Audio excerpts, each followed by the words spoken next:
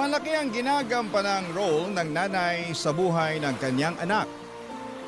Ang nanay ang siyang humuhubog sa magiging ugali at pipiliing mga tao na pakikisamahan ang kanyang anak sa paglaki nito. Ikaw, kabarangay, bilang isang anak, gaano kahalaga na maayos ang pakikitungo sa iyo ng iyong ina?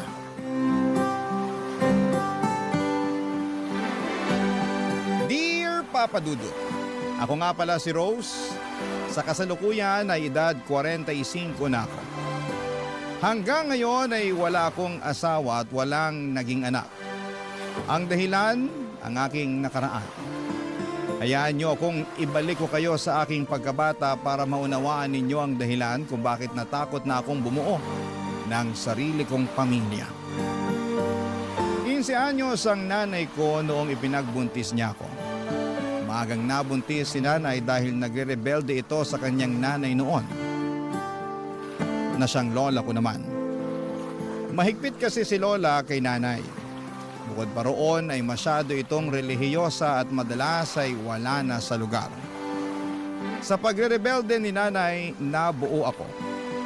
Gusto sana raw ni nanay na ipalaglag ako pero pinigilan siya ni lola dahil kasalanan daw yon sa Diyos. Ayaw ni nanay na magkaroon ng anak. Sino bang gusto sa edad na 15, hindi ba? Di ba dapat sa ganung edad ay wala kang ibang inaatupag kundi ang pag-aaral at paglalaro? Nang may panganak ako ni nanay, agad niya akong iniwan kay lola. Ang sinabi niya kay lola ay mangangatulong daw sa isang malayong kamag-anak si nanay. Pumayag si lola para siyempre may ipangbili na mga kailangan ko. Pero ginawa lang palang dahilan yun ni nanay para makatakas sa poder ni lola. At mula noon ay si lola nang nagpalaki sa akin. Tulad ng naranasan ni nanay kay lola. Napagmalupitan din ako ni lola. Doon ko naintindihan kung bakit nagrebelde si nanay. Malupit, strikto at wala sa lugar ang pagiging relihiyosa ni lola. Pero kahit ganito si lola ay hindi ako nagre-rebelde dahil takot ako sa kanya, Papa Dudut.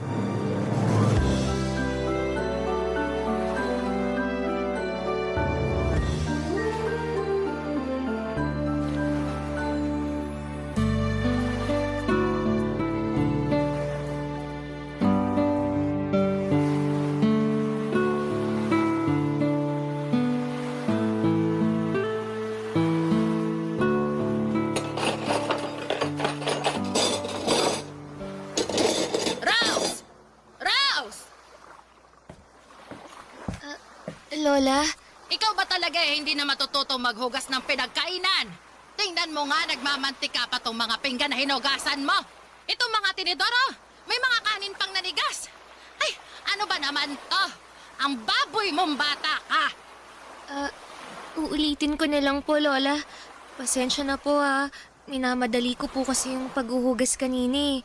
Kasi tinawag niyo na ako para sumali sa novena. Aba, at kasalanan pa ng Diyos na hindi maayos ang paghuhugas mo ng pinggan. Hindi naman po ganun, Lola. Inilapit kita sa Diyos dahil alam kong lalaki kang makasalanan. Tingnan mo nga, 15 anyos ka pa lang. Pero kung makasagot ka na sa akin, ako, talo mo pa ang demonyong may matigas na sungay. Pasensya na po, Lola. Nako, puro na lang pasensya. Lagi na ako nagpapasensya sa yung bata ka, ha? Alam ng Diyos kung paano ako naging mabuti sa'yo. Pero ikaw tong ayaw tumuwid ang asal. Uulitin ko na lang po ang mga hinugasan ko kanina. Sus! Imbis na makatipid sa tubig at bareta, dahil sa katangahan mo, mapapagastos na naman ako. Alam mo ba kung magkano ang presyo ng bareta ngayon sa bayan, ha? Alam mo kasi, pinupulot ang pera.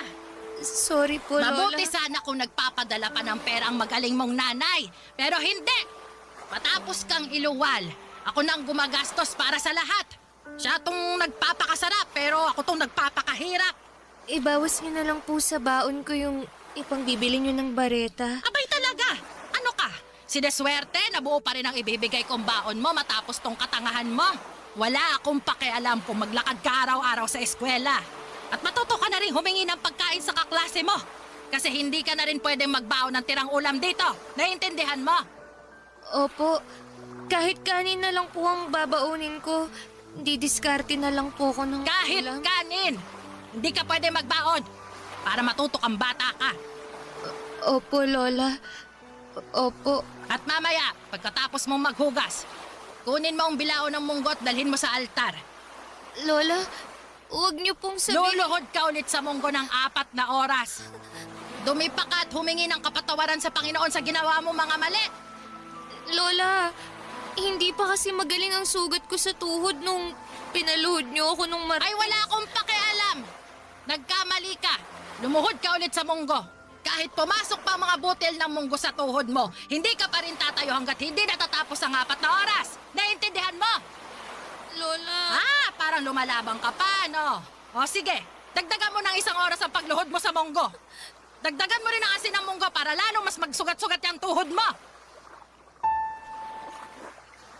Habang nakaluhod sa munggo noon, ay hindi ko maiwasang sambitin sa Diyos ang galit ko.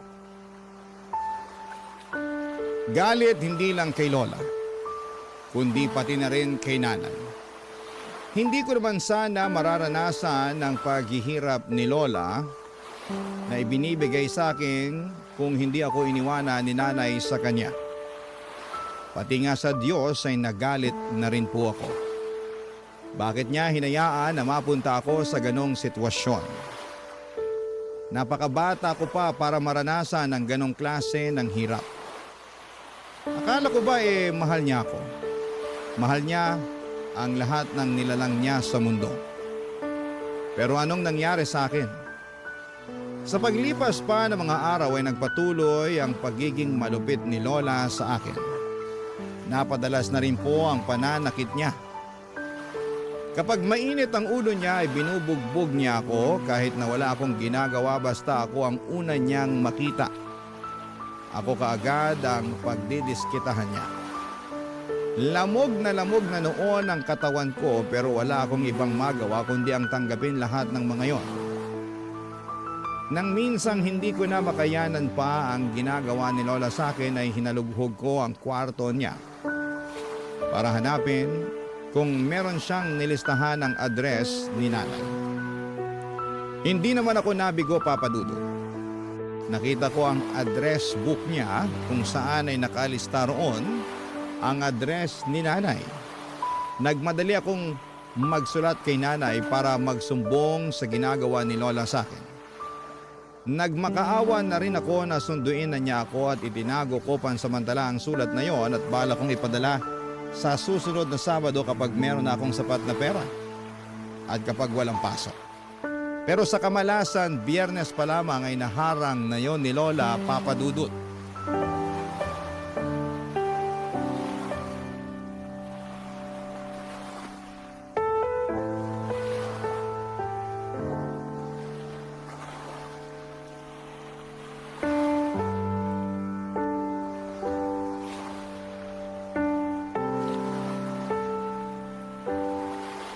Ano tong sulat na nakita ko sa kwarto mo, ha?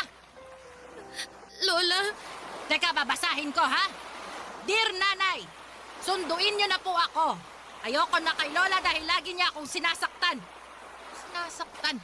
Hindi niya rin ako pinapakain pag galit siya. Ano to, Rose, ha? Ano to? Matapos kitang kupkupin at buhayin, ganito ang igaganti mo sa akin, ha? sorry po, Lola. At ikaw pa talaga tong may ganang magsumbong na akala mo kinakawawa ka? Ay, ikaw din naman ang may kasalanan kung bakit kita sinasaktan. Kung hindi ka tanga at ginagamit mo sana yung kokote mo, edi hindi ka makakatikim ng pananakit sa akin. Hindi ko na po kasi kaya, Lola. At ako ba, ha? Natanong mo ba kahit minsan kung kaya ko pang buhayin ka? 65 years old na ako, pero nagtatrabaho pa rin ako para mabuhay ka. Para makapag-aral ka. Pati ang libangan kong sugal, nagawa mo pang isumbong sa nanay mo. Kasi po... Kasi ano? Ha? Kasi pakialamera ka. Eh saan ba napupunta ang pera na napapanalunan ko sa sugal? Pinambili naman natin ang pagkain yon, di ba? Pinambaon mo sa eskwela. Opo. Tapos ngayon nahuli kita. Tsaka ka parang sinapi ang tuta, ha? Ha? Akala mo, kawawa. Pasalamat na lang ako at pumasok ako sa kwarto mo. Eh kung hindi pa ako kinutuban na may ginagawa kang mali, hindi ko pa malalaman na gusto mo iparating sa magaling mong nanay ang pagdidisiplina ko sa'yo. Hindi na po mauulit. Nadala lang po ako ng galit. Galit? Aba, ikaw pa tong may ganang magalit sa akin. Wala kang karapatang magalit, Rose. Tatandaan mo na utang na loob ang buhay mo sa akin. Kung hindi dahil sa akin, pinalaglag ka na niya noon. Tapos magsusumbong ka sa kanya. Eh wala nga siyang pakialam sa'yo. Mahal ako ni nanay. Mahal? Eh, kung mahal ka niya, hindi ka niya tatakasan, tonta! Kung mahal ka ng nanay mo, di sana nandito siya. Eh, asan ba siya? Andon, sa malayo. Nagpapakasarap sa buhay niya habang ako tong nagpapakahirap na alagaan ka. Kapag nalaman niyang hinahanap ko siya, babalikan niya ako rito. Kukunin niya ako. Pag nalaman niyang sinasaktan niyo ako, babawiin na niya ako. Matatauhan na siya. Bobo ka talagang bata ka, no? Ilusyonada! Hindi ko alam kung saan mo nakuha yung ilusyon mong gusto ka pa rin kunin ng nanay mo. Sinasabi niyo lang yan. Hindi totoo yan. Mahal ako ni nanay. Walang nanay ang hindi magmamahal sa anak. Sinungaling kayo. Ano naman ang mapapala ko sa pagsisinungaling ko? Alam mo, mabuti pa. O sige, lalakipan ko pa ito ng sulat ko para kampihan ka. Ako na ang magsasabi sa magaling mong nanay na sinasaktan nga kita. Oh, ayos ba yon? Ha? Para kunin ka na niya. Itotal, masyado kang pabigat sa akin eh. Dahil sa'yo nagkakasala ako. Kaya mabuti pa, magsama na kayo ng nanay mo. Wala kang utang na loob. Ha? Parehas kayo ng nanay mo, mga kampo ng Diablo! Sinasabunutan, tinatadyakan, sinasampal at pinadugo pa ang ilong ko ni Lola. Paulit-ulit hanggang sa mamanhid ang katawan ko at tuluyan akong nahimatay sa sahig. Akala ko ay mag-aalala si Lola noon pero hinayaan niya lamang ako sa sahig hanggang sa magkamalay ako. At nang magising na ako ay inutusan niya akong magluto na at maglinis ng bahay. Para bang walang nangyari. Sinabi rin niya na pinadala na niya ang sulat namin kay nanay. Ipinakita na rin niya sa akin ang perang hawak niya na pamasahe ko na raw kapag dumating si nanay para kunin ako. Sa totoo lang ay inaabangan ko na ang araw na yon. Wala nang kaso kung nabugbog ako ni Lola noon. Parang nawala na nga ang sakit dahil naisip ko na yun naman na ang huling beses na sasaktan ako ni Lola. Makalipas ang 2 linggo ay dumating na si nanay at kabado ako noon pero masaya. Yun ang unang beses na nakita ko siya. Nakasimangot siya noon at hindi pa nga niya ako pinansin dahil una niyang hinarap ang lola ko. Nakita ko kung paano silang mag-away dahil sa akin. Ilang beses na pinipilit ni Lola na kunin na ako. Ang daming dahilan naman ni nanay para hindi niya ako kunin. Nasasaktan po ako habang pinakikinggan kung paano nila ako pinagpapasapasahan. Walang may gustong kumuha sa akin, nakakadurog ng puso. At nang matapos ang kanilang usapan ay sabay silang pumunta sa akin para sabihin kung ano ang naging desisyon nilang dalawa. Barangay Love Stories. Barangay Love Stories. Sa dulo, papadudod, ay napagdesisyonan nilang dalawa na kunin ako ni nanay. Nakahinga ako ng maluwag kahit pansin ko noon na ang saba ng loob ni nanay. Mukhang napilitan lang siya.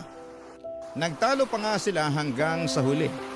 Umaasa si nanay na malalabanan pa niya si Lola. Pero sabi ni Lola ay sapat na ang panahon na ibinigay niya para alagaan ako. Walang nagawa si nanay at napangiti na lamang ako.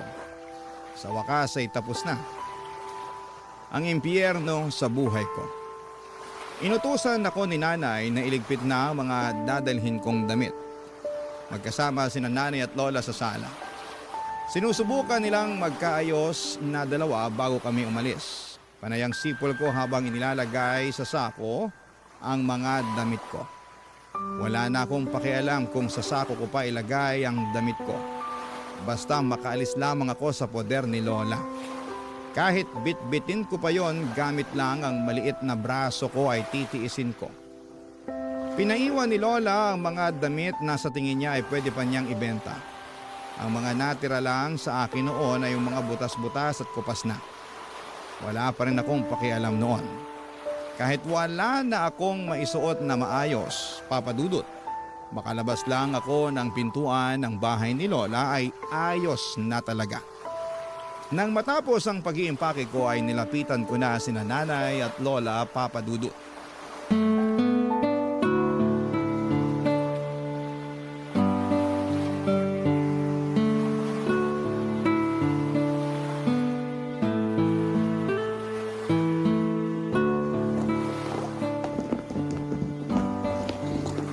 Sigurado ka bang iniwan mo na lahat ng mga magagandang damit mo?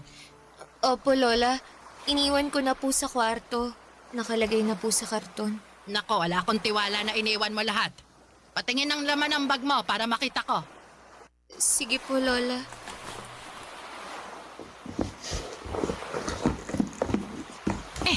Sinungaling ka naman palang talaga. Hanggang sa huli ilalamangan mo pa akong bata ka, ha? Bakit andito pa ang maong na pantalon na to? Bakit hindi mo isinali sa iiwan mo, ha? Alam mo bang pwede ko pa itong mabenta sa mga apo ng kasamahan ko sa simbahan? Nag-iwan lang po ako ng isang maong na pantalon, Lola. Para may pangpasyal kami ni Nanay. Tsaka 2 labahan na lang at kukupas na rin po yan. Pampasyal ninyo ng nanay mo. Umaasa ka ba na ipapasyal ka ng nanay mo eh? Wala ngang pakialam yan sa'yo. Ano ba yan, Nay? Pati ako dinadamay sa pagsisinungaling ng apo nyo. Rose, iwan mo na nga yung maong na pantalon at baka mangisay pa tong lola mo kapag hindi pinagkakitaan ng damit mo. Hoy, mahiya ka naman sa akin. Ako ang gumasto sa inabando na mong anak at ngayon babawiin ko ng pinundar ko sa kanya. Ako pa itong nagmumukhang masama. Sa bagay, kailan ka ba naging masama? Lagi ka namang tama, Nay. Wala kang kasalanan palagi, di ba? Mabutit alam mo. Hoy, Rose, ipasok mo na nga ulit sa bag yung mga damit mo para makaalis na tayo. Dalian mo, huwag kang kukupad-kupad dyan. Opo, Nay. Sa'yo naman nagmana ang kakuparan niyang batang yan eh. Ngayon, tiisin mong pakisamahan yung anak mong nakamana ng lahat ng pangit mong ugali. Tama na, Nay. Pwede ba? Magpaawat ka naman. Aalis na nga kami, oh. Ayokong tumigil sa kasasalita eh. Bakit ba?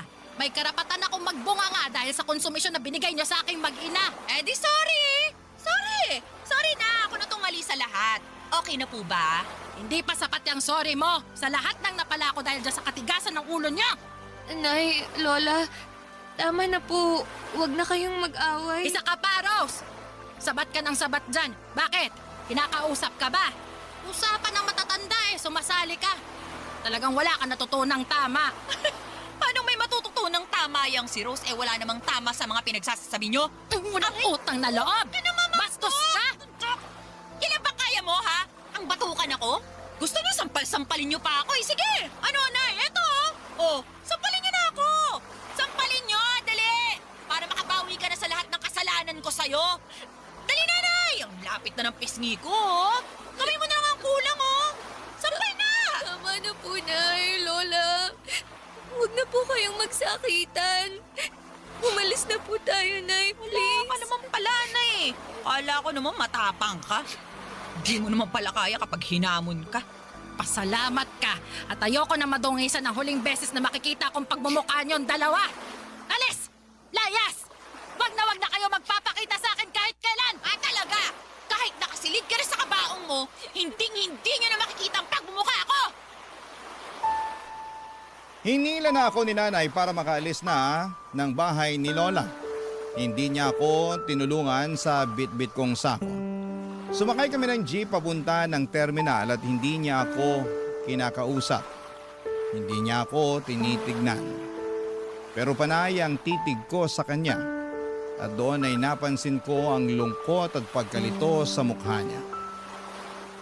Papadudot alam kong hindi maganda ang naging ending ng pagkikita nila ni Lola. Umaasa pa naman ako noon na bago kami umalis ni nanay ay magkakaayos pa sila pero nagkamali ako. Hanggang sa dulo ay nagpuksaan silang dalawa. Sobrang lalim talaga ng galit nila sa isa't isa. At hindi ko maiwasang maisip na dahil sa pagkabuo ko sa mundong ito kaya nagkalamat ang relasyon nilang mag-ina. Nang makasakay na kami ng bus papunta sa bahay ni nanay ay doon pa lamang niya ako kinausap.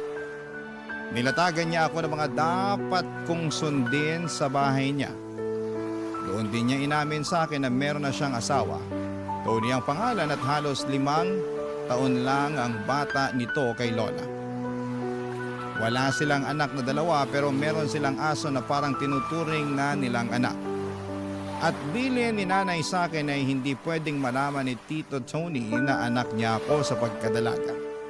Kailangan daw naming magsinungaling at sabihing pamangkin niya ako at mangangatulong ako sa kanila. Wala akong nagawa noon kundi ang pumayag dahil kung ayaw ko raw ay iiwan na lamang niya ako sa bus at bahala na raw ako sa buhay ko.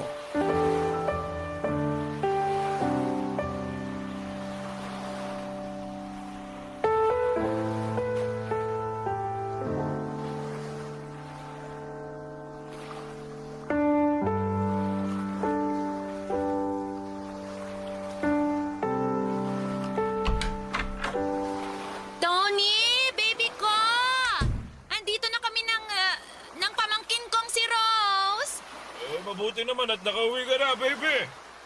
Yung aso natin, ayaw na naman kumain. Hala, pinagluto mo ba ng manok? Oo, inilaga ako na, pinirito ko pa. Pero mukhang naumay na sa manok eh. Bumili ako ng barbecue, ayaw din. Hey, Ano kaya nangyari dyan? May bukas pa kaya na veterinaryo ngayong gabi? naku, wala na. Nagtingin na rin ako. Di naman siya matamlay eh. Pero sabi ng katrabaho ko, palipasin lang daw ang gabing to eh. Baka busog pa raw kasi o kaya, yun nga, naumay na sa karne. Bantayan na lang daw magdamag para masabihan bukas yung veterinaryo pag ipapacheck up na. Sakto at nandito na si Rose na pwedeng magbantay magdamag. Ay, masipag tong pamangkin ko. Laging binibida ng pinsan ko na ito ang pinakamasipag sa lahat ng mga anak niya. Kaya siya ang sinangla sa akin. Sinangla?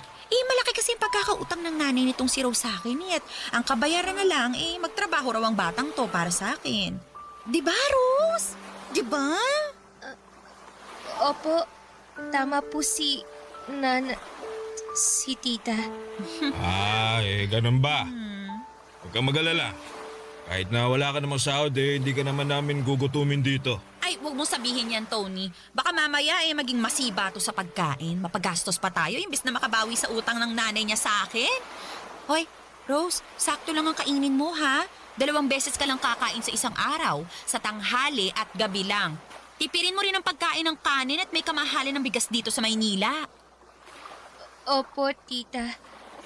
Malaki pa lang pagkakaawig yung dalawa. Hindi ko kayo kilala mapagkakamalan ko kayo mag-ina. Tumigil ka nga, Tony. Ang layo naman ang mukha niya sa mukha ko, no? Tsaka tignan mo naman ang kutis namin. Tisayin ako. Ito namang si Rose parang sunog na barbecue. Wala naman sa kulay yan. Napansin ko lang sa hugis ng mga mata at mukha nyo. Halos parehas Wala namang masama lalo't magkadugo naman kayong dalawa. Siya. Huwag na lang natin pagtalunan at baka tuyuin ka na naman at awayin mo pa ako. Mabuti naman. Ay, baby ko.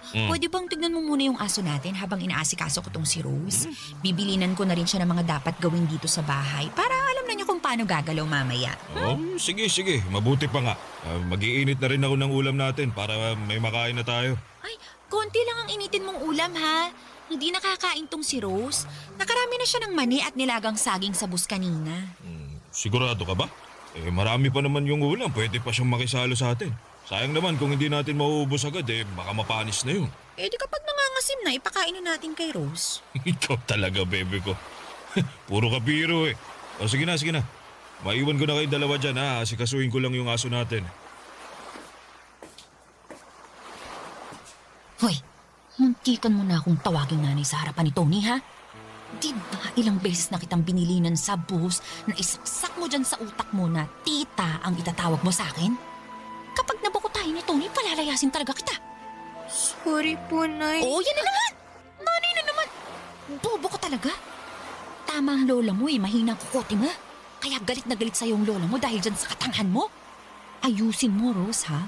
Kung lola mo na pagtiisan ka pa kahit papano, pues magkaiba kami. Handa kitang palayasin sa isang beses na magkamali ka. Naintindihan mo? Opo, tita. Dinuro-duro pa niya ang noo ko para raw maalog ang utak ko at rumihistro sa kokote ko na hindi kami mag-ina, na magtiyahin kami. Nasaktan po ako pero ano ang magagawa ko? Andun na ako at pumayag na rin naman ako. Unay naging trabaho ko ay ang bantayan magdamag ang aso nilang may lahi. Habang kumakain silang mag-asawa, ako naman ang parang gwardyang nakabantay sa kanilang aso. Aso na kung ituring nila ay mas tao pa kesa sa akin. Maliban na makaramdam ng selos dahil mas anak pa ang turing sa asong yon kesa sa akin. Hindi rin ako hinahayaan ni nanay na makatulog. Kailangang nakabantay ako magdamag sa aso. Baka raw kasi may mangyari kahit sa ilang segundo lamang na pumikit o malingat ako. Nakakainggit kung paanong pakitaan ang pagmamahal ni nanay ang aso niya. Pero ako, kailan ba? Sa pagdaan ng mga araw ay pinaramdam ni nanay sa akin na isa lamang akong katulong. Hindi niya ako pinag-aral at hindi inaabutan ng pera. Ang sabi niya sa akin kung meron mang kailangan tulad ng napkin at iba pang mga gamit na pang babae ay sabihan ko na lamang siya para siya na ang bumili. Iba rin ang pagkain ko sa pagkain nilang mag-asawa. Madalas ay sardinas ang pinapakain sa akin. Lalo kapag karne ang ulam nila. Depensa ni nanay ay kailangan nilang magtipid dahil mahirap ang buhay sa Maynila. Nilalagyan na lamang ni nanay ng kaunting cabbage at saka tinutubigan ng marami ang sardinas para kasya sa buong araw na ulam ko. Samantalang habang ang aso nila ay halos maumay na sa pritong manok at barbecue. Barangay Love Stories. Barangay Love Stories. Pinangarap ko noon na makasama si Nanay Papa Dudut. Ang makilala siya at maranasan ang pakiramdam na may nag-aalaga at nagmamahal sa iyo. Matagal kong pinagdasal na iligtas na ako ni Nanay mula sa pagmamalupit ni Lola. At nang mangyari po yun, akala ko ay simulan na ng kasiyahan at pag-ahon ko. Pero nagkamali ako. Mula noong nasa poder na ako ni nanay ay wala akong ibang naranasan kundi ang paghihirap. Kung ikukumpara, mas pinahirapan ako ni nanay kesa kay Lola. Sa mga salita pa lamang niya na halos hindi na makain pa ng aso, durog na ako. Doon ako madalas napapatanong kung meron ba talagang ganong klaseng ina na papakitaan ka ng masama at hindi ka ituturing na tao. Nagdadalawang isip ako kung kakausapin ko si nanay na ibalik na lamang ako kay Lola o manatili pa rin ako sa poder niya dahil baka naninibago lamang kaming pareho sa ugali ng isa't isa. Hindi ko na alam ang gagawin ko noon, Papa Dudut. Habang hindi pa maayos ang desisyon ko ay nagpatuloy lamang ako sa pagsunod sa mga utos ni nanay sa akin. Sinubukan kong maging perpekto sa bawat galaw ko at sa bawat gawaing bahay. Pero tao lang pala ako. Nagkakamali at hindi palaging pulido ang gawa ko. Naiintindihan ko yon pero iba kay nanay. Walang puwang ang pagkakamali sa batas niya. Oras na nagkamali kay paniguradong may parusa at manghang na mga salitang nakaabang. Gaya nalaman nung minsan nila akong pinagbintangan na nagnakaw ng malaking halaga ng pera.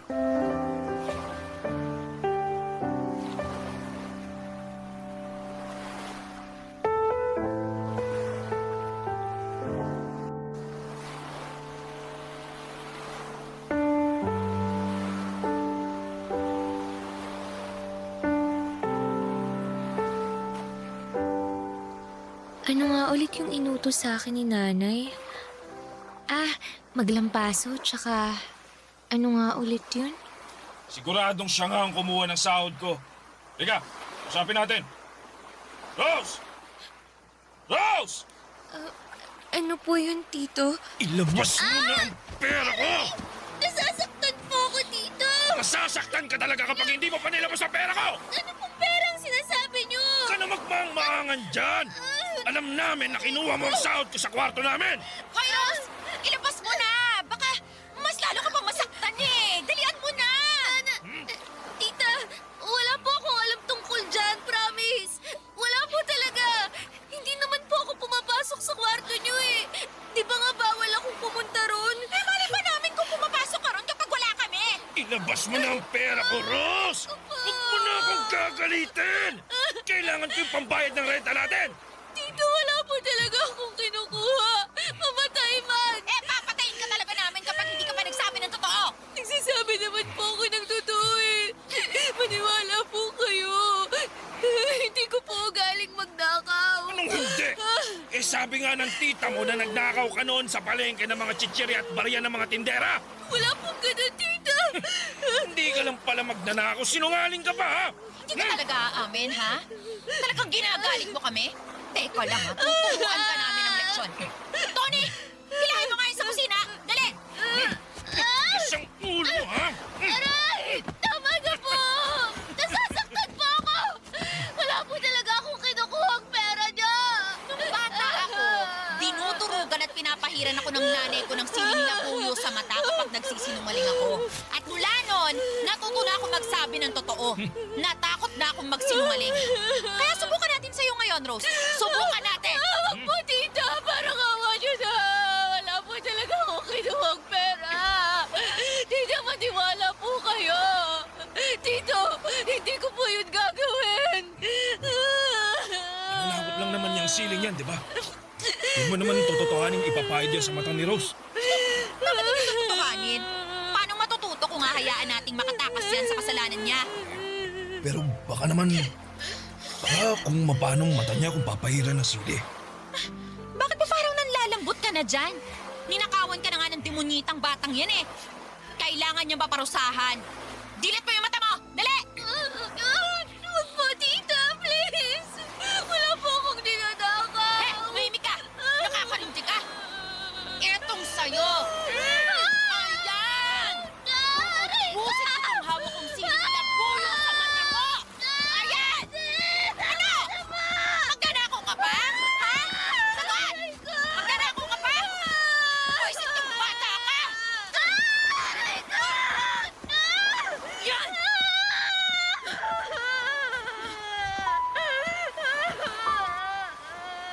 Wala akong ninakaw na pera, Papa Dudut. Kahit piso ay wala akong ginalaw na sobre sa tukador. Alam ng Diyos yon, pero bakit hinahayaan niyang pahirapan ako ng nanay ko at pahiran ako ng siling labuyo sa mata? Napakahapdi, napakasakit. Nang matapos si nanay sa pagpahid ng sili sa mata ko ay saka ako binitawan ni Tito Tony at hinayaan akong humiga sa sahig habang nagkukuskus ng mata. Rinig ko ang tawa ni nanay at ramdam ko ang konsensya sa mga tingin ni Tito Tony. Inaya ni nanay na halugugin ang kwarto ko para hanapin ang pera ni Tito Tony. Wala silang nakita roon at paliwanag ni nanay ay mukha raw inubos ko na yon. At itinapon pa ang sobrang pinaglagyan ng pera para walang ebidensya. Naniwala si Tito Tony at inayaan nila ako sa sahig ng kusina. Nanlalabo ang kaliwang mata ko dala ng pagkakakuskus ng siling labuyo. Hindi naging sapat ang pagbabad ko sa malamig na tubig para mawala ang hapdi. Namumula ng lalabo at mahapdi yon. Ilang araw na ganoon ang kalagayan ng mga mata ko at lagi ako nahihilo pero pinipilit kong kayanin na kumilos dahil kailangang patuloy ang pagtatrabaho ko. Parang wala lang kay nanay ang mga nangyari. Panay pa rin ang utos niya at hindi niya alintana ang pamamaga ng mata ko. Kung paanong parang malagatas na ang itsura ng kaliwang mata ko. Panay ang dampi ko ng yelo sa mata ko sa pag-asang mawawala ang sakit at mawawala ang pamamaga at pagkukulay gatas nito. Isang araw habang nasa kusina ako, nagpapahid ng yelo sa mata ay nilapitan ako ni Nanay Papadudut.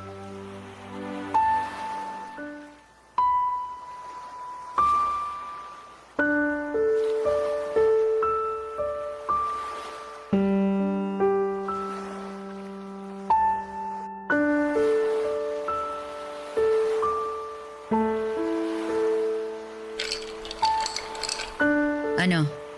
Hindi pa rin ba natatanggal yung pamamaga ng mata mo? Hindi pa po. O bukas, pupunta ako sa bayan. Bibilhan kita ng pangpatak sa mata mo. Yung para sa sore eyes. Baka pwede na yun. Sana umepekto. Kung hindi, wala na tayong magagawa. Tiisin mo na lang na ibabad sa malamig na tubig o sa yelo. Ikaw naman kasi, tigas ng ulo mo. Hindi na po halos makakita ang kaliwang mata ko. Ay, normal lang yan.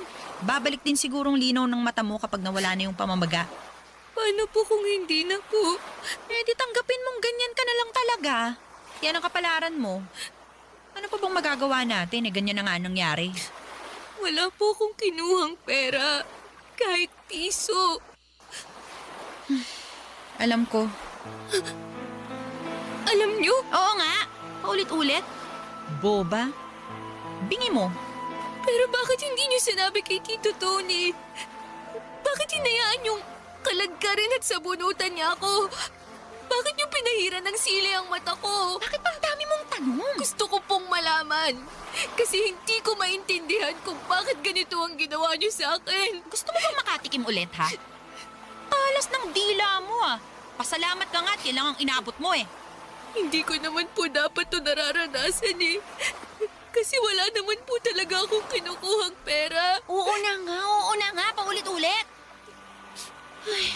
O sige, para matigil na to, aaminin ko na. Ako ang kumuha sa pera ng Tito Tony mo. Po, hinaan mo yung boses mo. Baka marinig ka ng kapitbahay eh. Nagamit ko sa sugal. Hindi ko naman kasi alam na mapapatalo ko lahat eh. Bala ko namang ibalik, kaso biglang hinanap ng Tito Tony mo. Hinatakot ako na magalit siya sa akin. Kaya sa akin yung ibinintang. Tama! Magaling! Sino-sino ba naman ang magtutulungan kundi tayong magkadugo, di ba? O ngayon, alam mo na. Bati na tayo, ha? Bakit niyo po ito nagawa sa akin? Arte mo naman. Mana ka sa lola mo. Ang drama. Kakanood mo yan ng teleserye. Alam mo, mabuti pa, magsaing ka na para makakain na tayo bago dumating ang tito mo. Bilisan mo na. Pag dumating si Tito Tony, sasabihin ko sa kanya ang totoo. Sasabihin mo sa kanya ang totoo? Ilalaglag mo ako? Ako na sarili mong nanay? Kailangan niyang malaman ang totoo para malinis ang pangalan ko sa kanya. Bakit kailangan pa nun? Hindi na. Makakalimutan din yun ng Tito Tony mo. Palipasin lang natin yung galit niya. Pero Ang tigas ng ulo mo, ha? Sige, gumanyan-ganyan ka sa akin at hindi kita bibilhan ng pangpatak sa mata mo. Hayaan kita mabulag. Gusto mo yon? hindi po. Kung mananahimik ka at magpapakabait ka, malay mo. Kapag banalo ko sa sugal sa susunod na linggo, ipapacheck up natin yung mata mo. Magsusugal po kayo? Oo, at huwag kang magkakamaling magsumbong sa Tito Tony mo, ha? Ayaw niyang bumalik ulit ako sa pagkalulong sa sugal. Pag ikaw talaga nagsalita, humanda ka. Pati ka ng mata mo, bubulagin ko. Dinuroan ako ni Nanay sa mukha sa sobrang gigil niya, Papadudut. Sakay tinulak at pinagsasampal habang nakasandal ako sa pader. Hindi na po ako lumaban pa, parang nasanay na ang katawan ko sa pananakit niya. Nang matapos at mapagod na siyang saktan ako ay saka siya lumabas ng bahay para magsugal. Iniwan niya akong mag-isa sa bahay at nakatulala ako at hindi na ako makaiyak noon. Parang pakiramdam ko ay nauubos na ang luha ko. Nang makabawi ako ng lakas ay pumasok ako sa kwarto ko para kunin ang mga damit ko. Yun na ang huling araw na titira ako at mananatili sa impyerno. Umalis ako ng bahay na yon. Umalis ako sa bahay ng nanay ko. Umalis ako sa impyerno. Hindi ko po alam kung yon ang hudyat ng Diyos para tulungan ako. Dahil sa paglaboy ko sa kalsada, saktong nakasalubong ako ng mga grupo ng madre na siyang tumulong sa akin nang malaman nila ang kalagayan ko. Pinapulis nila si nanay at si Tito Tony. Ilang beses nagmakaawa si nanay sa akin pero wala na akong natira kahit katiting na awa sa kanya. Inilayo na ako sa kanya ng tuluyan at wala na akong naging balita pa sa kanya. Ngayong lagpas 40 na ako. Kapag naaalala ko ang nakaraan ko, hindi ko pa rin maiwasang makaramdam ng takot at sakit. Lalo na sa tuwing napapaharap ako sa salamin at napapatingin sa namumuti kong kaliwang mata. Hindi na po nakakakita pa ang kaliwang mata ko dahil sa kagagawa ng sarili kong nanay sa akin. Yun ang multo ng nakaraan ko na patuloy kong bitbit kahit na ilang dekada na ang nakakalipas. Yun din ang dahilan kung bakit mas pinili kong huwag mag-asawa at magkaroon ng anak sa takot na magaya ako sa lola ko at nanay ko. Hindi ko kakayaning magdala ng bata sa mundo, lalo kung alam kong bugbog ako sa nakaraan. Pakiramdam ko ay magagaya lamang siya sa sinapit ko. Kaya kung tatanungin ninyo ako kung bakit pinili kong mag-isa, yun ay dahil sa mga maling tao na nakasama ko noong 15 anyos pa lamang ako. Maraming salamat po sa pagbasa ng aking liham. Ang inyong kapuso at kabarangay forever, Rose. Napakasakit na nangyari kay letter sender. Pero buti sa uli, naging maayos pa rin ang buhay niya. Anong say mo sa Barangay Love Stories na ito? Pagkwentuhan natin sa comment section yan. Ang mga kwento ng pag-ibig, kwento ng buhay, at kwento ng pag-asa dito sa Barangay Love Stories.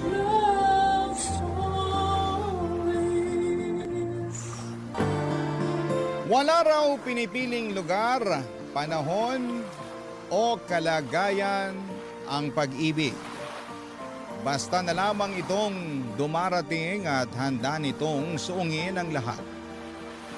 Mapatunayan at masunod lamang ang tapat na hangarin.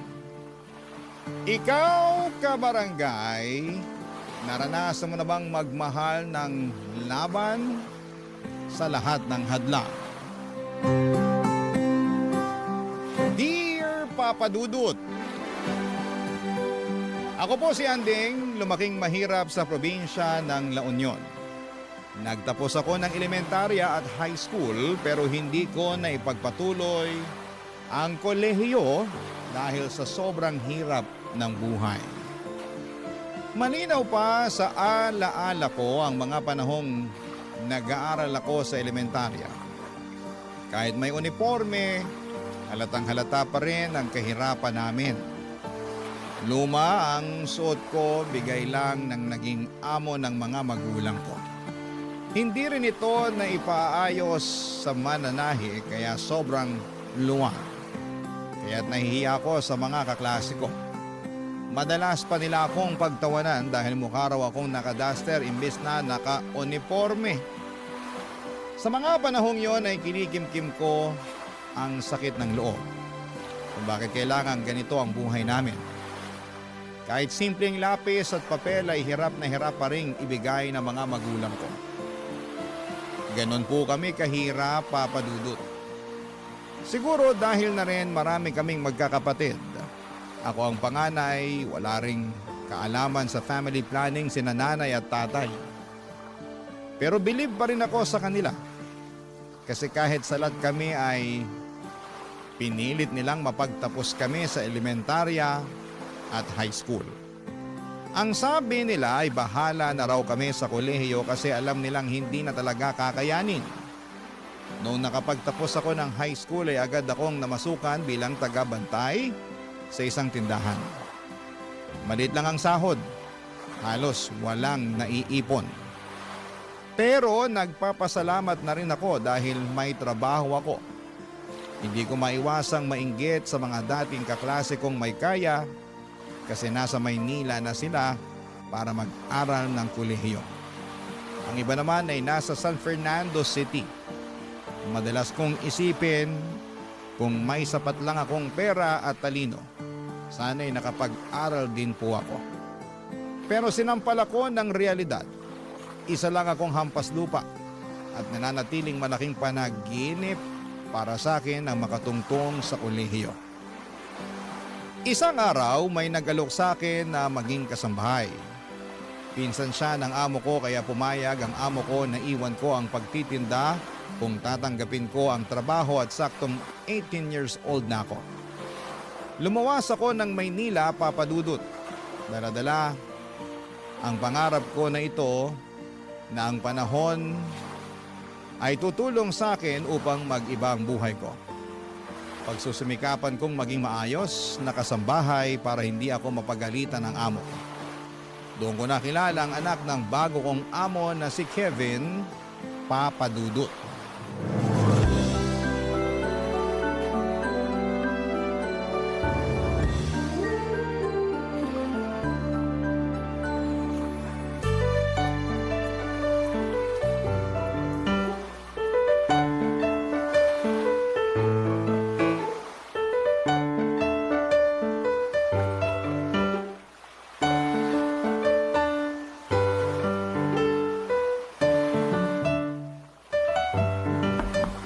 Sir Kevin? Sir Kevin, kumain na po kayo. Kanina pa po nakahanda yung pagkain nyo. Sir Kevin? Sir, gumising po muna kayo para makakain. Bilin po ng mami nyo na on time daw po kayo pakainin kahit walang pasok. Sir! Sir! Sorry. Medyo masama ang pakiramdam ko eh. Pwede bang dito na lang ako kakain sa room ko? Sige po sir. Dadalhin ko na lang po. Ay, sir! Sir, okay lang po ba kayo? Masakit ang ulo ko. Ano nga ulit ang pangalan mo? Andeng po, Sir Kevin. Andeng, pasensya ka na ha. Pwede mo ba akong alalayan pabalik sa kama ko? Medyo nahihilo rin kasi ako eh. Sige po, sir. Ali po kayo. Ay, naku, sir. Sobrang init niyo po. Baka nasobrahan lang ako sa pag-gym. Akala ko kaya ng katawan ko eh. Ay, naku, sir. Kailangan niyo pong uminom ng gamot. Tama, para humupa tong init ng katawan ko. Sir, saan po ang mga gamot niyo para sa lagnat? Meron ako sa drawer. Sige po, kukunin ko na. Naku, alin kaya rito? Nakita mo ba? Ito pong para sa lagnat. Oo. Sandali, sir, ha? Baka kailangan niyo munang kumain. Pwede naman yung gamot na yan kahit walang laman ng tiyan ko. Sige po. Heto po. Salamat, Andeng. Naku, sir. Sobrang init niyo po talaga. Tawagan ko na ba ang mami niyo? Kasi binilin ka niya sa akin eh. Ito talagang si Mami. Ginawa na naman akong baby. Huwag mo nang tawagan. Nakainom naman na ako ng gamot. Pero hindi po biro yung init niyo, sir. Meron akong thermometer sa drawer din. Kukunan ko na lang ng temperature ang sarili ko. Sige po. Sandali kukunin ko.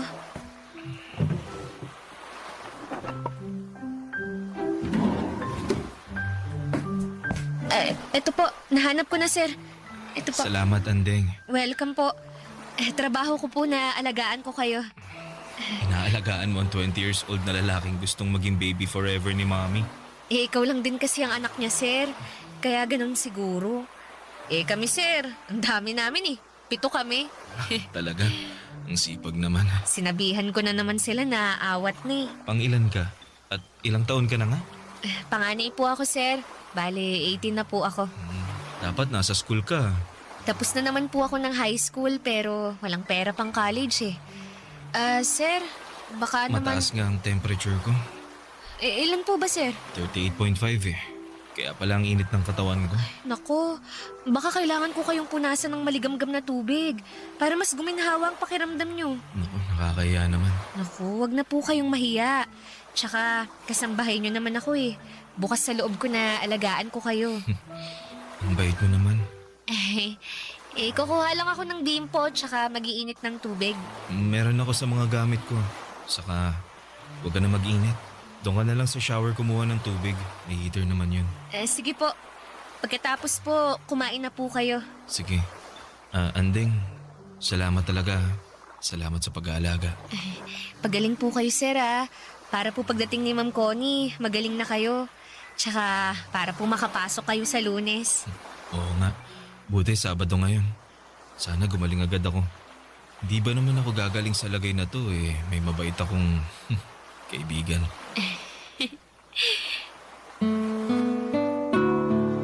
Papadudot, nakakaawa talaga kapag may sakit ang isang tao.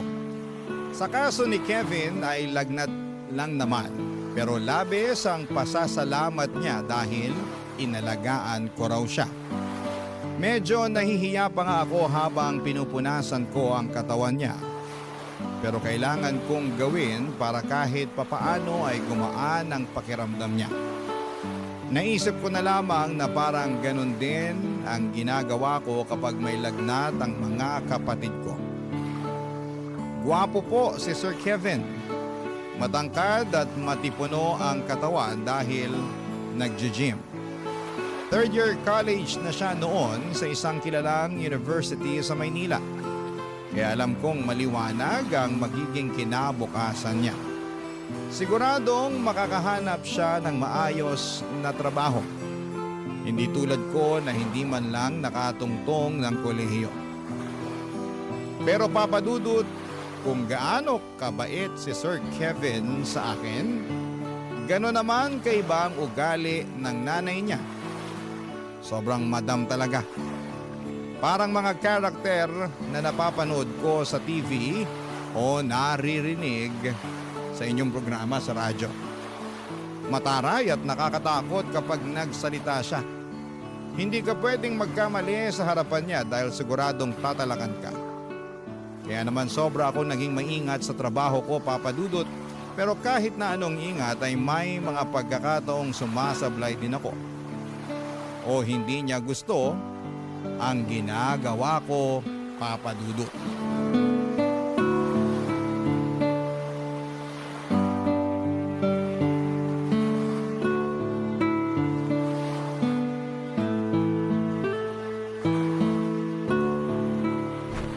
Ano tong nangyari sa kortina?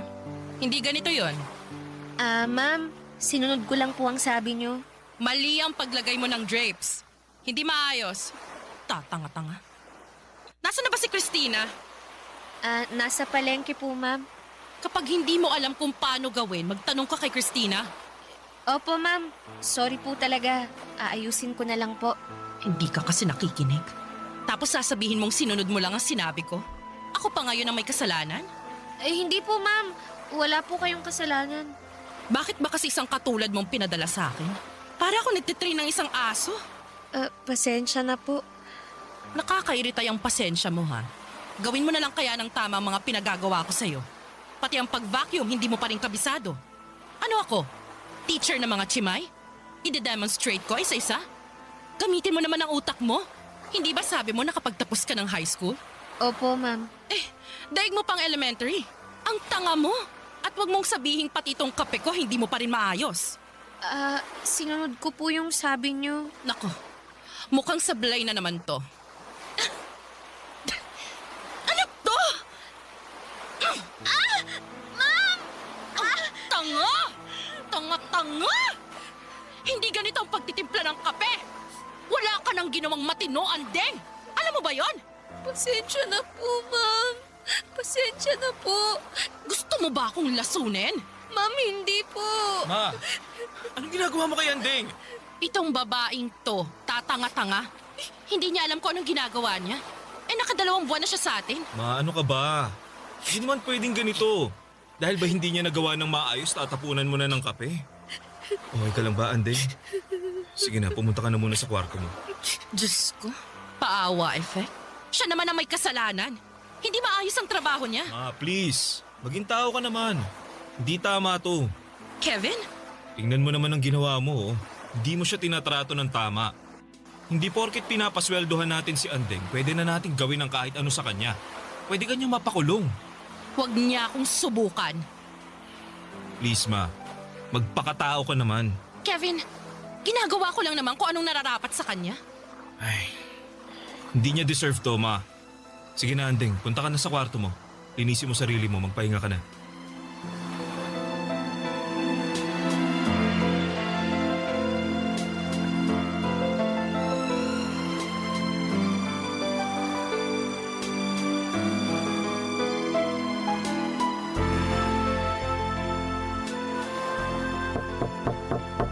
Andeng, okay ka lang ba? Sir, opo.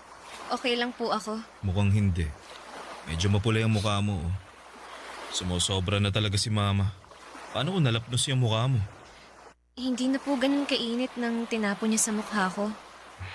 Kahit na, pinagmalupitan ka pa rin niya. Kakausapin ko siya mamaya. Baka mas lalo lang siyang magalit sa akin kasi kinakampihan mo ko. Naku, mali naman talaga ang ginawa niya eh. Kahit may hindi ka nagawang tama sa trabaho mo, hindi pa rin makatarungan ang ginawa niya sa'yo. Kailangan niya humingi ng dispensa sa'yo. Sobra na yung ginawa niya. Salamat po, sir. Sana naging mas maaga ako kanina para hindi na nangyari yung pagbuhos niya ng kape sa'yo. Tana, nandito lang ako para sa'yo, Andeng. Sobrang bait ni Sir Kevin sa akin, Papa Dudut. Sabi nila ay nagmana raw siya sa ama niya na nasa ibang bansa. Kaya siguro ay hindi ko maiwasang hangaan siya. Si Ma'am Connie naman ay parang tigre kung makapagsalita. Lagi niya akong tinatalakan at mabuti na lamang at may kasama akong kasambahay din, si Christina. Siya ang karamay ko sa bawat sermon ng amo naming mukhang mangkukulam. Si Christina ang nakapansin na may nararamdaman daw ako kay Sir Kevin. Pinagbintangan pa nga niya ako na si Sir Kevin daw ang dahilan kaya nagagawa kong pagtiisan si Ma'am Connie. Pero syempre tumanggi talaga ako sa una. Pero sa totoo lang ay tama si Christine. Crush ko po si Sir Kevin. Ang gwapo niya kasi at mabait pa. Parang lahat ng hinahanap mo sa isang lalaki ay nasa kanya na. Pero hanggang pangarap lamang po ako kasi naman lupa lamang ako at siya naman ay langit. Hindi kami bagay, Papa Dudut. Ang kaya ko lang gawin ay mangarap at mag-imagine na baka sa ibang mundo ay pwede kaming dalawa. Pero sa realidad, hanggang tanaw lamang ako. Kasi alam kong hindi kailanman magiging kami ni Sir Kevin. Barangay Love Stories. Barangay Love Stories. Papa Dudut, naging simple lang naman ang pangarap ko noong magtrabaho ako bilang kasambahay. Ang makapagsilbi ng maayos kina Sir Kevin at Ma'am Connie. Mabait talaga si Sir Kevin. Gumagaan ang pakiramdam ko kapag nandyan siya. Ang hindi ko alam, Papa Dudut, ay may nararamdaman na rin pala siya para sa akin na mga panahon na yon. Madalas niya akong kausapin at para bang gusto niya akong mas makilala pa. Kapag naririnig niyang pinapagalitan ako ni Ma'am Connie ay lagi siyang nandyan para ipagtanggol ako at siya mismo ang sumasalo ng galit ng mami niya. Basta lang wag maulit yung pagtapo ng kape ni Ma'am Connie sa mukha ko. Bukod pa roon ay tinuturuan niya rin po ako para akong nagkaroon ng libreng tutor. Pinapaliwanag niya sa akin ang mga mahihirap na lesson sa math at English. Hindi lang basta turuan, Papa Dudut ha, kundi parang gusto niya talagang matuto ako para raw hindi ako habang buhay nakatali sa pagiging kasambahay. Sabi niya may mas malawak pang mundo para sa akin kung pagbubutihin ko ang aking pag-aaral. Ang mga pagre-review namin ay parang paghahanda na rin kung kukuha ako ng entrance exam sa kolehiyo. At habang tinuturuan niya ako, hindi ko maiwasang kiligin. Nakatingin siya diretsyo sa akin. Nakangiti at pakiramdam ko ay importante ako. Kahit alam kong hindi kami bagay, ngunit sa mga pagkakataong yon, parang wala kaming iniisip na agwat. Ako si Andeng na natututo at siya naman si Kevin na buong tiyagang nagtuturo.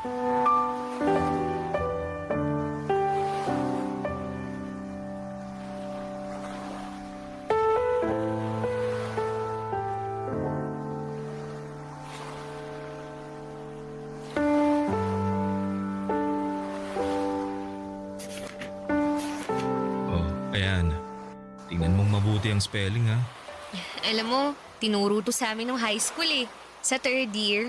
Pero sobrang nakalimutan ko na. Grabe. 19 years old ka pa lang, makakalimutin ka na. Eh, hindi ko maintindihan nun eh.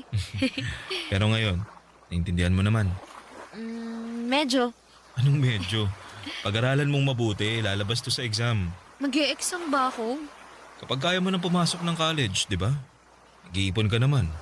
Saka kapag kulang talaga, kapitan mo lang ako. Tutulong ako, promise. Naku, ayokong mangutang. Wala akong pambayad. Yung kabaitan mo at kagandahan mo ang pambayad. Sir, maya na lang po ulit tayo ah. Baka pauwi na rin yung mami mo sa trabaho. Baka pagalitan pa ako kasi ginawa kitang tutor. Ano ka ba? Nagtuturo lang naman ako kapag wala ka ng trabaho at free naman ako. Ay naku, baka mas lalong magalit yun kasi parati nyo na lang akong pinagtatanggol. Kasi gusto kita. Ano po? Gusto kita, Andeng. Sir naman, nagbibiro kayo eh. Alam mo namang hindi ako nagbibiro. At alam kong nararamdaman mo na may gusto ako sa'yo. Naalala mo nung unang araw mo pa lang? Yung nilagnat ako? Nakita ko ang kabaitan mo. Sir, hindi po pwede. Hindi po tayo bagay. Dahil ba anak ako ng amo mo? At kasambahay ka lang? Hindi po talaga tayo bagay. Andeng, sa totoo lang, ilang araw at gabi ko na rin tong iniisip eh. Pero totoo ang nararamdaman ko sa'yo. Gusto kita. Mahal kita. Sir, marami namang ibang babae dyan. Mga kaklase nyo, schoolmates nyo. Eh, hindi ako pwede. Hindi pwede. Makinig ka. Hindi ko sila gusto. Ikaw ang gusto ko. Pero katulong lang ako. Mahirap lang po ako. Mayaman kayo. May pinag-aralan. 1 taon na lang gagraduate na kayo. Samantalang ako. Basta, hindi tayo bagay. Andeng, wag mo namang maliitin ang sarili mo. Dahil lang ba sa kalagayan ng buhay natin kaya tayo hindi pwede? Kung lahat ng to, kung wala akong pera, kung hindi ako mayaman, pwede na? Ganun ba? Sir naman, sobrang layo po ng agwat natin. Tsaka ano na lang sasabihin ng mga magulang mo? Baka mas lalo akong hamakin ni Ma'am Connie. Poprotektahan kita. Naririnig niyo ba yung sarili niyo? Kaisa-isa kayong anak ni na Ma'am Connie. Tapos, sa isang chimay, sa isang maid, muchacha lang kayong mauuwi. Hindi kita nakikita bilang isang chimay, maid o muchacha. Ang nakikita ko isang totoong tao. Isang dalagang may magandang puso na alam kong mamahalin din ako. Gusto kong mahalin ka. Sir, hindi. Huwag na nating ipilit. Huwag na po. Andeng, Natatakot akong tanggapin ang pag-ibig mo. Kasi, sino ba ako? Wala akong karapatang umibig sa isang katulad mo. Kahit pilitin mo man na mahal mo ko, wala kang pakialam sa sasabihin ng iba, ng magulang mo. Pero ang totoo mahirap. Magiging mahirap lang ang sitwasyon kung ipipilit natin. Babalik na ako sa trabaho, sir. teka, Andeng! Andeng! Papadudot akala ko'y hihinto na sa panliligaw si Kevin matapos ang araw na yon. Pero nagkakamali ako. Patuloy pa rin siya sa panliligaw sa akin at umabot na ng 1 buwan na araw-araw niya akong sinasabihan kung gaano niya ako kamahal. Paano mo nga ba mapipigilan ang tibok ng puso? Kahit anong pigil ko sa sarili ko'y bumigay na rin ako. Sinagot ko si Kevin, Papa Dudut. Hindi na hanggang tanaw ang relasyon namin. Tinanggap ko ang pagmamahal niya. Pero walang araw na hindi ako natatakot. Paano kung malalaman ni Ma'am Connie ang katotohanan? Sa tuwing kinakausap ako ni Kevin at sa bawat pagngiti niya ay parang may naaninag akong anino ni Ma'am Connie. Pinapakaba ang bawat araw ng paglilihim naming dalawa sa aming relasyon. Sa bawat oras na magkasama kami, ramdam ko ang saya at kapayapaan. Pero sa likod ng lahat ng yon ay may kaba, Papa Dudut, at takot din po akong nararamdaman. Si Kevin mismo ang nagsabi na hindi naman kami gumagawa ng masama. Ang gusto niyang ipaalam na namin sa mami niya ang katotohanan. Buo talaga ang loob niya pero ako ang umaayaw.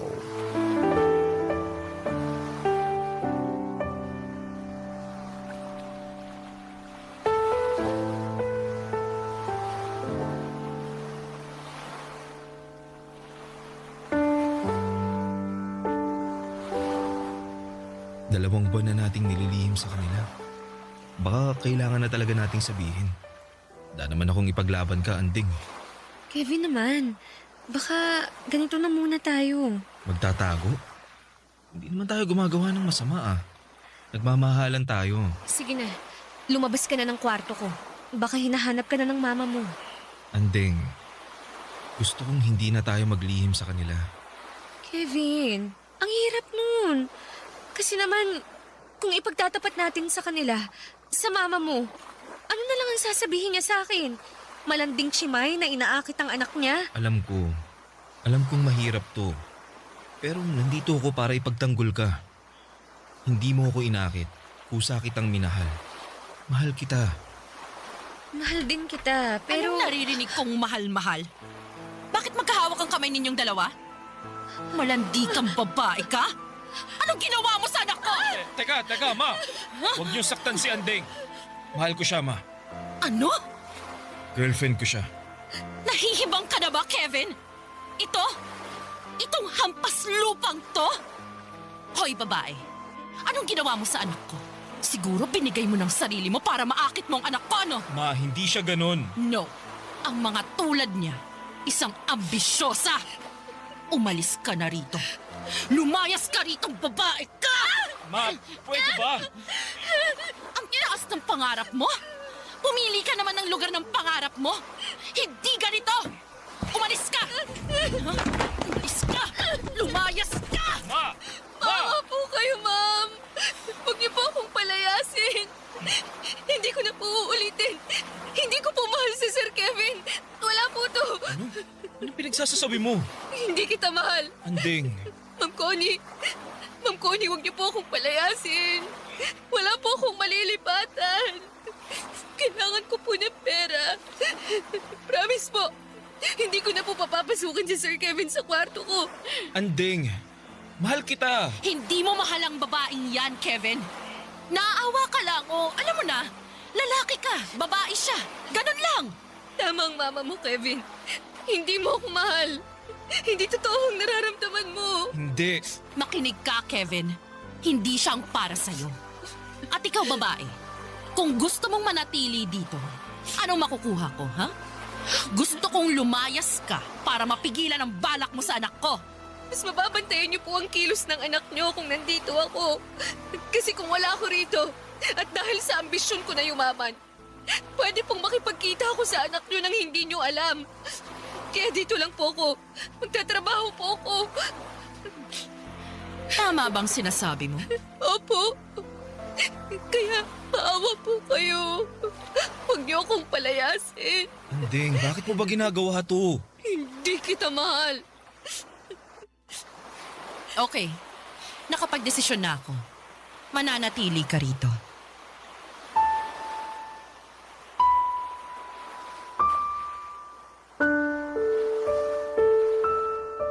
Sa sobrang takot ko ay halos gumuho ang mundo ko sa mga pinagsasabi ko.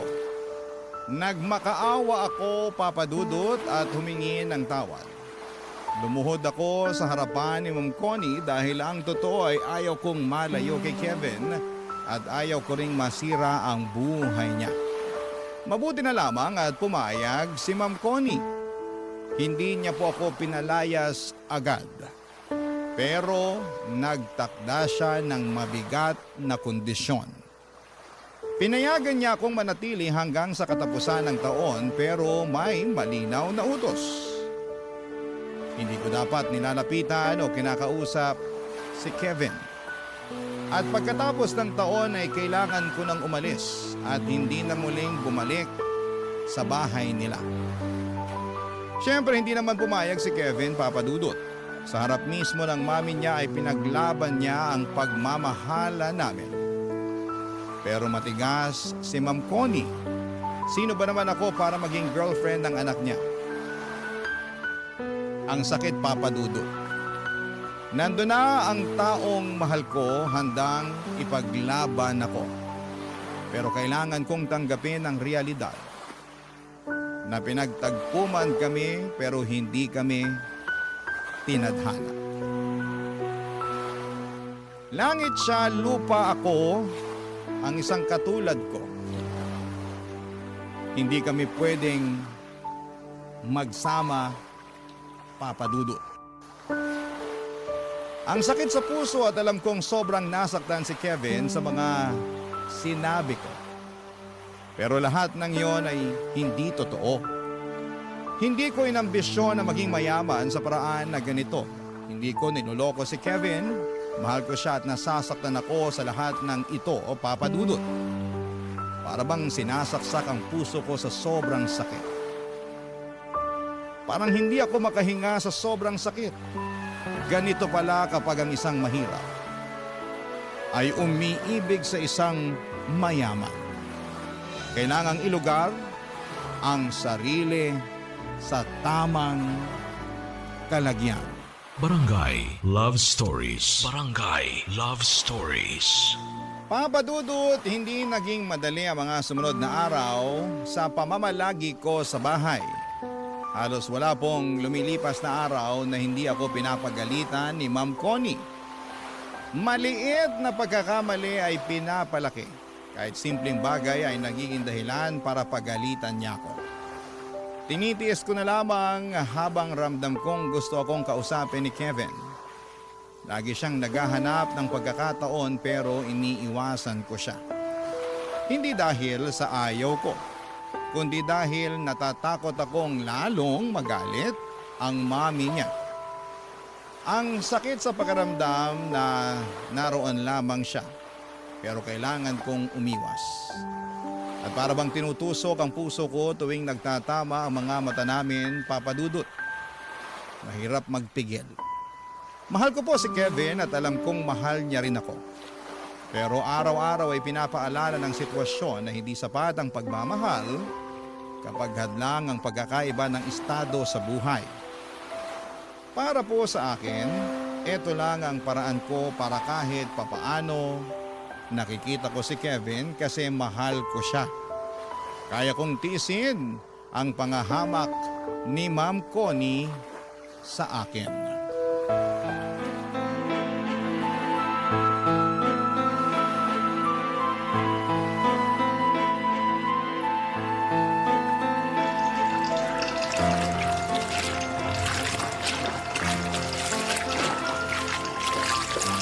Andeng, kinakalaban mo ba ako ng palihim? Po? Hindi po, ma'am. Huwag kang magkunwari. Alam mo naman na maselan ako sa mga kurtina ko, di ba? Bakit may mancha yung sa kwarto namin? Bakit hindi maayos ang pagkakalaba? Ma'am, maayos po ang pagkakalaba ko noon. Hinandwash ko pa nga po kasi alam kong gusto nyo ng ganun eh. Pero hindi mo inayos. Yan ang totoo. Kunwari ka pa. Ma'am, inayos ko po talaga. Tigilan mo nga yung kaiiyak mo. Wala dito ang anak ko. Walang maaawa sa'yo. Walang magtatanggol sa'yo na para bang akong pinapalabas mong kontrabida sa buhay mo. Ma'am, ang gusto ko lang po, maging maayos ang trabaho ko rito. Kaya po, inayos ko po talaga. Kung gusto niyo po, lalaban ko na lang po ulit. Hoy, ikaw, kung ano man ang binabalak mo sa anak ko, Tigilan mo. Wala po. Wala po akong binabalak sa kanya. Kaya nga po nandito ako para makita niyong wala akong balak sa anak niyo eh. Hindi ko po siya kinakausap. Umiiwas po ako. Sinungaling. Teka, naisip ko lang. Siguro ikaw rin yung nagnakaw ng pera ko na naiwan ko sa bulsa nung nakarang araw, no? Matapos mong labhan, wala kang sinoli. Po? Ma'am, wala po akong perang nakita. Hindi po ako magnanakaw. Talaga lang? Ang sinungaling ay kapatid ng magnanakaw? Siguro pinadala mo na sa mga magulang mo yung ninakaw mo. Hindi ka na nahiya? Ma'am, hindi ko po gawain ng magnakaw. Sinungaling? Ha? Tama na po, ma'am. Ang iya ka talagang babae ka! Masama kang tao! Wala po akong ninakaw. Wala po. Ikaw, huwag na huwag mong sasabihin sa anak ko na sinaktan kita. Kung hindi malilintikan ka sa akin. Tigilan mo yung paawa, effect mo na yan. Kung hindi ako makakatiis, papaalisin na kita. Opo, hindi po ako magsusumbong. Kasi kung magsusumbong ka, isusuplong din kita sa pulis dahil ninakawan mo kami. Naiintindihan mo ba? Opo. Paano mo kaya inakit ang anak ko? Ibang klase ka talaga, no? Akala mo dahil ang sipag-sipag mo kunwari ay matutuwa kung ikaw ang mapapangasawa ng anak ko. Nagpapatawa ka ba? O iniinis mo ko? Sinabi ko naman po sa inyo na wala na po akong balak sa anak niyo. Ah, so may balak ka dati. Tapos noong nalaman kong totoo at muntik kitang kalad ka rin sa labas, ay nag-ibang ihip ng hangin. Wala ka ng balak. Ganon ba? Magsalita ka! Umayos ka. Dumating ng anak ko. Umayos ka! Pahiran mo yung mga luha mo. Hindi niya pwedeng mahalatang umiyak ka. Opo. Huwag mo akong subukan, Andeng. Masisira ang buhay mo. Opo, Ma'am Connie. Umayos ka.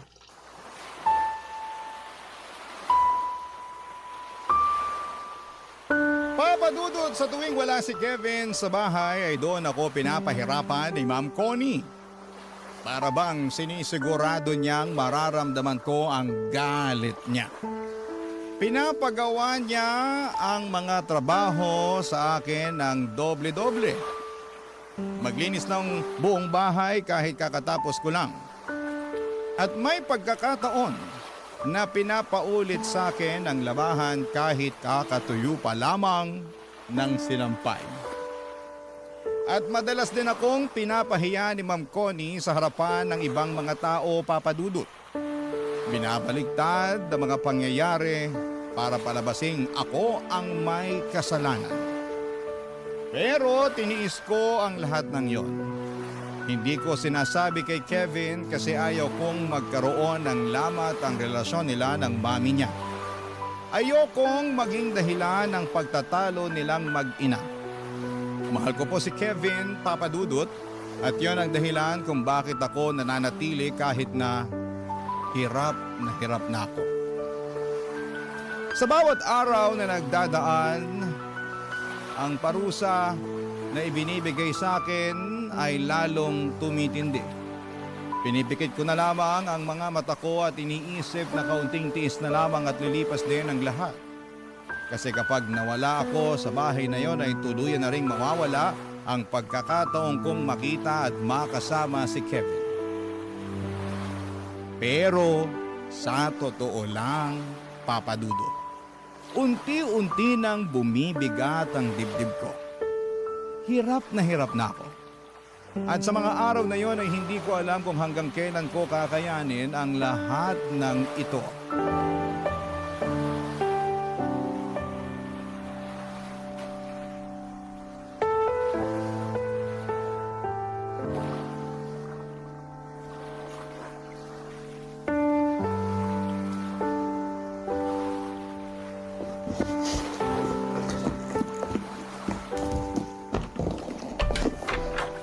Anding, anong ginagawa mo?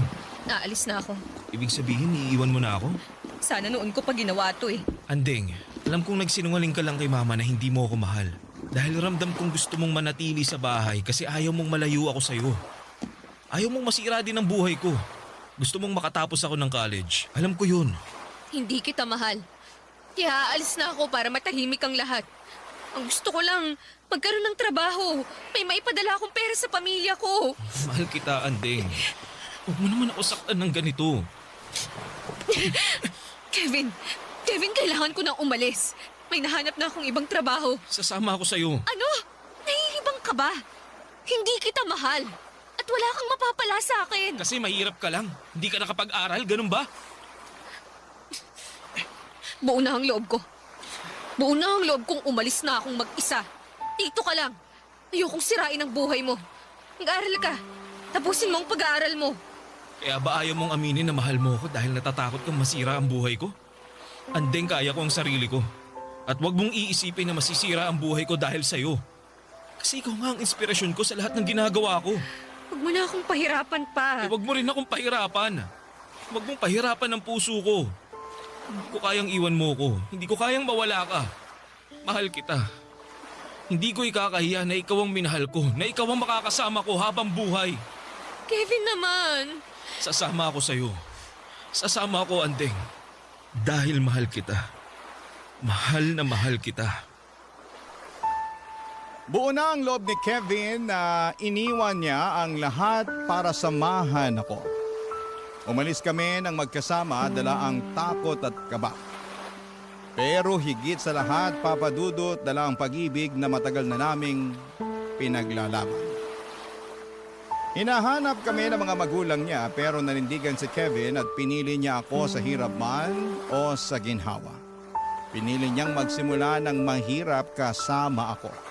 Kesa ang mabuhay ng marangya pero wala sa tabi niya. Doon ko lalong napatunayan, Papa Dudut, na totoo ang pagmamahal niya. Nagsimula kami sa wala except doon sa naitabi niyang pera. Pareho kaming nagbanat ng buto, si Kevin nagtatrabaho habang pinagpapatuloy ang pag-aaral niya. Kahit na anong hirap ay hindi siya sumuko hanggang sa makapagtapos siya sa isang state university. At nang siya naman ang nagsimula ng magtagumpay, ako naman ang kanyang pinagtapos. Papa Dudut, hindi madali, maraming luha, maraming gabi ng gutom at pagod. Pero lahat ng yon ay nalampasan namin dahil sabay naming hinarap. Unti-unti ay gumanda ang buhay namin. Hindi man marangya pero puno ng kasiyahan at pagmamahalan. Ngayon, Papa Dudut, ay masasabi kong tama ang naging desisyon ko. Ang lumaban para sa puso ko. Kasi lahat ng sakit, lahat ng parusa at hirap na tiniis ko noon ay napalitan ng magandang bagay. At higit sa lahat ay natupad ang pangarap kong dati hanggang panaginip lamang. Na makasama at mahalin si Kevin hanggang sa dulo ng lahat. Parang Cinderella story pero pareho kaming nagsumika para umangat. Ang prinsipe ay buwaba sa kanyang palasyo para sa akin at mamuhay na normal para lamang ipaglaban ang puso niya. Sobrang mahal ko po si Kevin, Papa Dudut. Hindi man ako tanggap ni Ma'am Connie ay wala na siyang magawa kasi ako na ang pinakasalan ni Kevin. Ang mahalaga, I am made to be with my Prince Charming. Ang mahal ko, si Kevin. Kasama ang aming 3 anak. Maraming salamat po sa inyo, Papa Dudut, at sana'y forever po itong programa ninyo. Ang inyong forever kapuso at kabarangay, Andeng. Nakakaantig naman talaga ang ating kwento. Ikaw ba, kabarangay? Nakarelate ka ba sa story natin ngayon? Kwentuhan naman tayo dito sa comment section.